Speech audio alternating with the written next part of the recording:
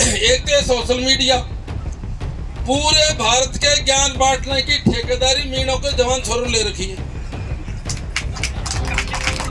पूरे भारत के। और माता बहन हंस रही है और इन्होंने भी अलग से आजकल सिस्टम चालू कर रखा है। हमारे पैरामीटर संस्कृति से मेल खाते हैं। उस संस्कृति को प्रदर्शित करने वाले गुजरात में हमारी टीम वाले सदस्य हमारी संस्कृति को जिंदा रखे हुए हैं। देखो इनकी बहुत बड़ी हमारी यहाँ भूमिका है। हमारा एक्चुअल में एसटी का जो आरक्षण है वो आर्थिक से और शैक्षणिक से नहीं है, हमारी संस्कृति से है, हमारे कल्चर से है, हमारे अलग व्यवहार से है। आपने देखा होगा या गुजरात के बहुत से कुछ लोग देख रहे होंगे, और मुझे खुशी इस बात की है कि आपने ये प्रोग्राम गुजरात में कराया ताकि इस टाइम देश में करता धरता गुजरात का ही है, उनको ये पता लग जाए। अगर ये मीणे वास्तव में आदिवासी देख लो, इनकी संस्कृति अलग ही है, ये देख लो। सही है ना भाई? इसलिए गुजरात में ठीक रहा मामला। साथियों देखो, बहुत लंबी बात आपने मेरी विचारधारा से मेल खाती बात आपको मुख्यमंत्री ने बताई, मैं उन बातों पर बाद में आऊंगा। सबसे पहले तो मैं 4 बार विधायक रहा हूं और 1 बार सांसद चुना गया इस बार, और मैं समझता हूं कि हमारे सब लोगों ने, चाहे देश के किसी भी कोने में हो, इन विकट परिस्थितियों में भी हमारी पार्टी मैं पूरे देश में 4थे नंबर पे जीता हूं। इसलिए आपका बहुत बहुत धन्यवाद। 2,37,000, क्योंकि हमारा काफी 10-15 साल से मामला डाउन ही चल रहा था और इस बार अप हुआ है, और 2,37,000 में जीतने में आप सबका बहुत बड़ा सहयोग है। तो मैं मेरी जिम्मेदारी को अच्छी तरह समझता हूं कि मुझे समाज के लिए क्या करना चाहिए। मैं भी 20 साल सर्विस में रहा हूं, 20 साल नौकरी करने के बाद में मैं राजनीति में आया, और कई साथी मेरे बारे में जानते हैं, कई नहीं जानते। हम हमेशा वही बात करते हैं जो समाज के हित में हो, जो सही ट्रैक की बात हो, जैसे आप अभी आपके बीच में बोल रहे थे। साथियों ये तो रही ये बात। अभी जो विशेष मुद्दा जो इस टाइम चल रहा है, देखो हमारे नव को IAS ने बताया, ये सही बात है। 2-3 चीज हमारे समाज के लिए अभिशाप है। देखो सबसे बड़ी बात तो जो आपने बताई, मेहनत। मैं कह रहा हूं ये जितने भी लोग ये विराजमान है, चाहे बिजनेसमैन हो, चाहे पढ़ लिख के IAS ऑफिसर्स हो, चाहे हम राजनीति में हो, बिना मेहनत कुछ नहीं। जो आदमी सुबह से लेकर शाम तक मेहनत करेंगे, हम यहाँ भी देख रहे होंगे, और वही जीवन में आगे बढ़ेंगे। चाहे मेहनत किसी भी साइड में अपने इंटरेस्ट के हिसाब से। मैंने बताया प्रहलाद जी ने मेहनत की, आज यहाँ बैठे भामाशाह बन रहे हैं, करोड़ों के बिजनेस में सारा काम है, हजारों लोगों को रोजगार देखा है। हुकम जी के बारे में आप देख रहे थे, देवेंद्र जी मैं हूँ, मैं भी बहुत के गाँव में छोटे से में पैदावार या राजनीति में हूँ। इसलिए सबसे पहली प्रायोरिटी मेहनत और ईमानदारी। लेकिन हमारे लोग, बिल्कुल सही बात है कि आजकल पिछले 10-15 साल से मेहनत से भटक रहे हैं, मेहनत से भटक रहे हैं, और भटक करके वो रास्ते अपना रहे हैं शॉर्टकट के, जिनके परिणाम अच्छे नहीं हैं। चाहे राजनीति हो, चाहे सर्विस हो, चाहे बिजनेस हो, और विशेषकर 3 चीज बहुत ज्यादा हावी है इस टाइम हमारे ऊपर। एक तो सोशल मीडिया पूरे भारत के ज्ञान बांटने की ठेकेदारी मीणों के जवान छोरों ले रखी है, पूरे भारत के। और माता बहन हंस रही है और इन्होंने भी अलग से आजकल सिस्टम चालू कर रखा है। हम हमारी योग्यता का सदुपयोग करें। हम किसी से कम नहीं है, हम में योग्यता है, हम इंटेलिजेंट हैं, हम होशियार हैं, हम मेहनती हैं, लेकिन हम हमारी मेहनत का सदुपयोग नहीं करते, दुरुपयोग हो रहा है। और 2000 से पहले हमारी मेहनत का सदुपयोग हुआ, हम गरीब घरों से, उन गांवों से उठ के यहाँ तक पहुंच गए। कल मैं आपके लालसोट में था, हमें बोल के आया हूँ, आपने सुना होगा मेरा भाषण। वहाँ हमारे एक वो सपोर्टर, क्या नाम उसे, गीत गाती है, लाली देव गीत गा रही थी और नाच भी रही थी। अच्छी बात है। अब ये बताओ, इतने अच्छे गीत जैसे 2-3 गा रहे थे, धड़ाधड़ जोड़ जोड़ के, ये नेहड़ा, ये फलाना, ये वो, कोई और जाति का आदमी इतना जल्दी गीत जोड़ सकता है क्या? बताओ, कोई जोड़ सकता है क्या कोई? इसका मतलब हम योग्य तो है ना, हम इंटेलिजेंट तो है ना। सवाल इस बात का है, हमारी योग्यता को हम किस दिशा में ले जाते हैं। कल वो गा रही थी वहां पर, तो हमें भी बोल के आया था, अब ये इतनी योग है, घड़े पे नाच रही है, गीत गा रही है, ठुमके लगा रही है, सारे काम कर रही है, इसका मतलब इंटेलिजेंट है। और इसी योग्यता को, इसी इंटेलिजेंसी को यदि पढ़ाई में लग जाती तो कोई भोटो का IAS बन जाती। और चांस नहीं मिला भाई। ये दोनों हमारे गायक कलाकार हैं, अपने जानते हैं, मैं जानता हूँ इन दोनों को, बहुत बुद्धिजीवी है, बहुत योग्य है, बहुत इंटेलिजेंट है। अवसर नहीं मिला, नहीं मिला ने मिल जाता तो भाई तुम भी हुक्म सिंह जी, मुरारलाल में पड़ जाते, नहीं पड़ जाते। मेरा मतलब है ये समय का परिवर्तन है। हमको अनुशासित रह करके, हमको धैर्य रख के और आपको काम करना चाहिए। यहाँ देखो नौकरी सीमित रहेगी। मुझे खुशी इस बात की है, यहाँ काफी लोग हजारों की संख्या में बिजनेस में भी अहमदाबाद में काम कर रहे हैं। इसमें मेरा आपसे एक निवेदन है, हम जो ट्रेडिशनल बिजनेस है उसको छोड़ना पड़ेगा। हमको जो ट्रेडिशनल खेती है उसको छोड़ना पड़ेगा। खेती तो करो, ट्रेडिशनल मत करो। बड़े से सरसों गेहूं बोते आए, उसको अलग हटके ऑर्गेनिक खेती करो। हमारे बुजुर्ग यहाँ रैली चला, वो ठेली क्या बोलते हैं उसको, लारी चलाते हैं, ट्रांसपोर्ट का काम करते हैं। उसके साथ साथ में 10-20 लाख रुपए तुमने कमा लिए तो उसको दूसरी साइड के बिजनेस में डालो। सही है कि नहीं?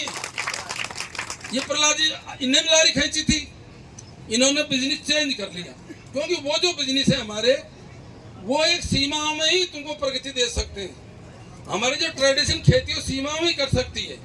इसलिए कृपा करके, चाहे कोई भी हो, आपको साइड में पकड़नी पड़ेगी। दूसरा कैसे इतना बड़ा बढ़ गया, हमको भी सब चीजें चेंज करनी पड़ेगी, हमको भी बिजनेस में आना पड़ेगा, क्योंकि समय बड़ा विकेट है, समय बड़ा विकेट है और हमारे लोग भ्रमित भी हो जाते हैं। इसलिए कृपा करके मोबाइल को कम से कम यूज, ज्ञान बांटना कम करो, मेहनत करो। और ये सही बात है, ऐसी आदतें खराब होगी साहब, आप तो जानते होंगे। एक तो ऐसा है, दोनों मियाँ बीवी प्रोफेसर है, फिर भी टिपाई का धंधा करते हैं। दोनों मियाँ बीवी क्या है, देखो ईमानदारी होती है। वैसे लोग ऊपर के मन से खा सकता है, चाहे राजनीति हो चाहे नौकरी हो।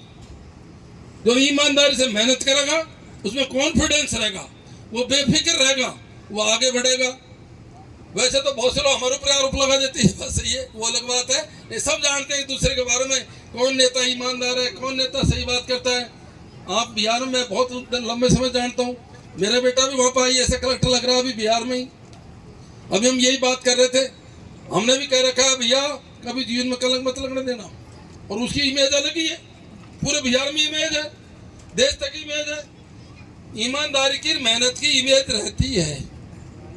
और प्रत्येक व्यक्ति को मैं कहता हूँ अपनी जिम्मेदारी निभानी चाहिए। हमारे बहुत से ऑफिसर बैठे हैं, हम नेता भी हैं, प्रधान भी बैठे हैं, सरपंच भी बैठे हैं। हमको प्रत्येक व्यक्ति को अपनी अपनी जिम्मेदारी निभानी चाहिए। जैसे मैं हूँ, आज मैं सांसद हूँ, ये मेरी जिम्मेदारी बनती है, चाहे MLA रहो चाहे सांसद रहो। और जिस समाज ने, जिस जनता ने 36 कौम ने हमको चुन के भेजा है, उसके प्रति हमारी क्या जिम्मेदारी है, बेझिझक उस जिम्मेदारी को हमको निभाना चाहिए। समाज को कभी भ्रमित नहीं करना चाहिए। जो नेता समाजों को भ्रमित करते हैं उनको ईश्वर माफ नहीं करेगा। मैं मेरी 20 साल की राजनीति में, आपने देखा होगा कईयों को हमारी बात पसंद भी नहीं आती, क्योंकि हम अस्थायी लोकप्रियता पसंद करते हैं। हम अस्थायी लोकप्रियता पसंद करते हैं। हम थोड़ा बहुत वैसा मामला पसंद करते हैं क्योंकि हमारा DNA सही है। हम जिम्मेदार लोगों की जिम्मेदारी बनती है इस समाज को स्मूथ बनाए, इस समाज को सही दिशा दें, सबको साथ में लेके चले, 36 कौम को साथ में लेके चले। मैं पहली बार सांसद बन के गया हूँ। ये जो फैसला है जिसके बारे में हुकुम सिंह जी बता रहे हैं, इस फैसले में पहली बार मुरारीलाल मीणा ने प्रेस कॉन्फ्रेंस करी देश के अंदर। आपने देखो पहली बार मैं सुबह बोला, शाम को उस दिन फिर रामविलास वो चिराग पासवान बोला, फिर हमारे BSP के लड़के बोले, उसके बाद में और लोग बोले, वो पॉइंट को बोली थी। मेरा निवेदन ये है, उसको कई लोगों ने पॉजिटिव लिया, कई ने नेगेटिव लिया। हमने सबसे मिलकर बात करी, हमारे बीजेपी के सांसद प्रधानमंत्री से मिले, उन्होंने भी शाम को रिप्लाई किया और लागू नहीं होना चाहिए। साथियों सुन लो, एसटी एससी आरक्षण संविधान की धारा 341 और 342 के तहत मिलता है। भारत के संविधान के अनुसार कोई भी व्यक्ति इसमें किसी प्रकार की छेड़छाड़ नहीं कर सकता, कोई राज्य सरकार छेड़छाड़ नहीं कर सकती, कोई वर्गीकरण लागू नहीं होता, हमारे कोई क्रिमिनल लागू नहीं होता इस पर संविधान, क्योंकि उस संविधान में हमको बाबा साहब ने अधिकार दिया है। पहली बार सुप्रीम कोर्ट ने जो फैसला दिया है उसमें उस आरक्षण में छेड़छाड़ की पावर, उस आरक्षण में वर्गीकरण की पावर, क्रिमिनल में ऑब्जर्वेशन की पावर, ये सब राज्य सरकार को दे दिए और यही तुम्हारे लिए सबसे घातक है।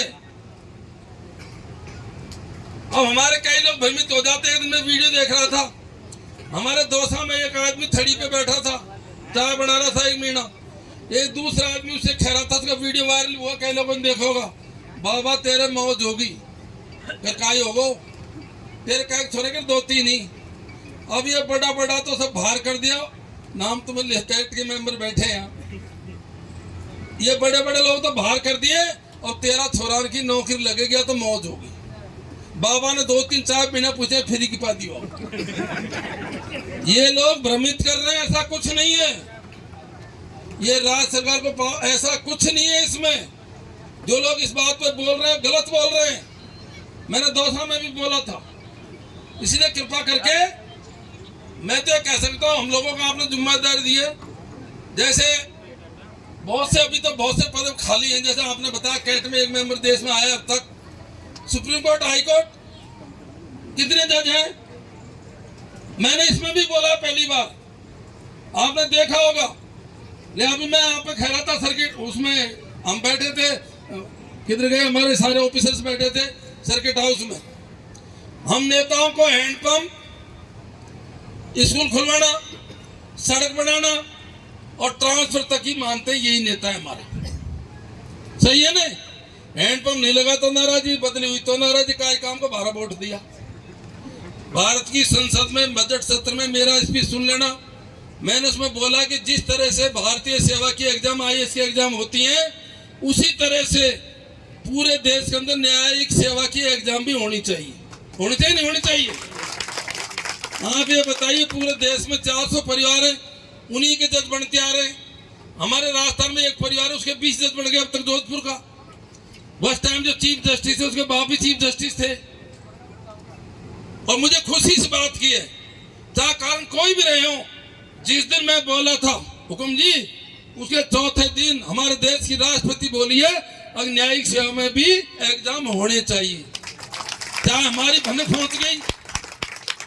उसके बाद हमारे नेता से मिले थे, मैंने उनको बताया और न्यायिक सेवा में होना चाहिए, एग्जाम होने चाहिए।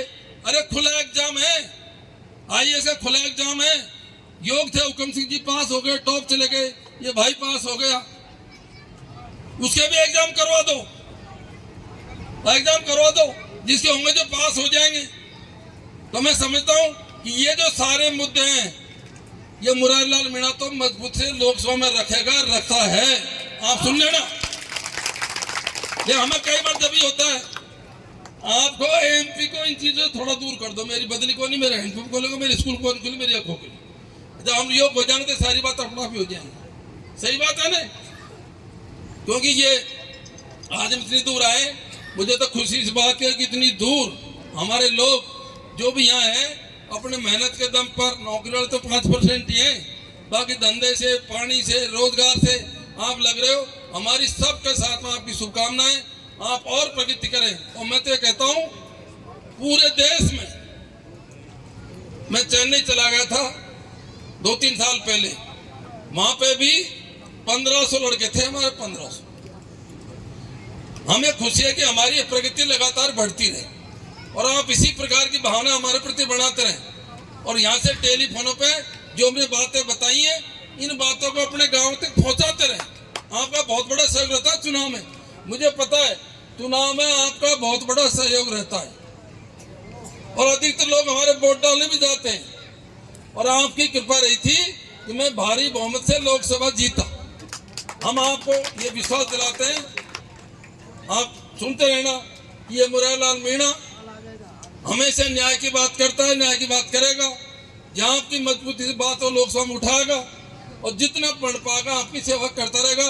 आप तो इसी प्रकार की भावना बनाए रखें और 3-4 चीजों पे जरूर, जिससे हम सबसे ज्यादा परेशान हैं। एक तो नशावृत्ति, मोबाइल और टी पटाखी। कई आएंगे हमारे पास, साहब फलाना में थोड़ी सही बात है, हजारों लड़के की लाइफ खराब हो गई। अभी सभी इंस्पेक्ट में उसमें इन गलत चीजों से दूर रखें। कोई नौकरी भी लग गए ना तो जब तक रिटायरमेंट होकर के शमशान घाट में नहीं पहुंच जाएगा, जब तक सोचेगा मेरी पेंशन बंद नहीं हो जाए, कभी जीवन में आराम से नहीं जी सकता। ऐसा काम हम क्यों करें जो जीवन में आराम से जी नहीं सकते? मना कर दो, ऐसे कामों के लिए मना कर दो। मेहनत करो, मेहनत आपको सबको फल देगी। आप सब ने हमारा बहुत गर्मजोशी से ऐसा लग रहा है हम तो दौसा में पचौरों में बैठे हैं। देख कैसा ही लग रहा है तो भाई लग रहा है ना जैसे पिपला माता छाया में बैठे हैं सब, क्योंकि ये भावना बनाए रखे। और मैं समझता हूँ कि निश्चित रूप से, और देखो सभी समाज के लोग, सभी समाजों के लोग, यहाँ कई स्वामी समाज के आए थे, हमारे हरियाणा ब्राह्मण समाज के भी थे, अपने गुर्जर समाज के भी थे। सबकी भावना है, जितना दूर जाओगे अच्छी भावना होती है। वहां तो टांग खिंचाई है। हम एक बार इजराइल गए थे सर, एक बार हम इजराइल गए थे, मैं कृषि मंत्री था, टूर ले गया था किसानों का। हम यरूशलेम में वो दर्शन कर रहे थे, यरूशलेम में वो ईसा मसीह के वहाँ फांसी लगी थी, वहाँ हम लाइन में लग रहे थे। तो हमारे साथ में एक व्यक्ति ने फेंटा बांध रखा था। तो संडे का दिन था, तो वहाँ सारे संडे को जाते हैं। तो महिलाओं ने देखा कि ये फेंट वाले इंडिया के, तो 2-3 लड़के आई करा आप इंडिया क्यों? मैं यहाँ जैसे उनको पता लगा वो कहाँ की थी, केरल की, गोवा की। हमने कि इंडिया के भी हैं, मंत्री भी हैं, और 2-3 आईएएस थे हमारे साथ में। वो 50 आदमी इतने ज्यादा हमसे लगाव रखा। हम 15 दिन तक रहे, हमको पूरा मार्केट घुमाया और इतना ज्यादा प्यार उड़ेला, क्योंकि ये इस बात का संकेत है कि बाहर जाके अपना प्यारा लगता है। इजराइल में भी वो तो देश से ही थे, तुम तो सब हमारे हो, अपने हो, सब अपने होने सब। इसलिए सब प्यार मोहब्बत से रहो, मिलके रहो और इन चीजों का ध्यान रखो। और ये प्रोग्राम धीरे धीरे करते रहो, हमको बुलाते रहना। और ये सही बात है। अब भाई कोई गुजरात के सुन रहे हो, कोई नेताओं के संपर्क में हो, तो बड़े नेताओं से कह देना भैया देख लो, ये ड्रेस देख लो, ये काम देख लो और ये गीत देख लो, इनका आरक्षण खत्म मत करो। तो वास्तव में आदिवासी है। बहुत बहुत धन्यवाद। राम राम।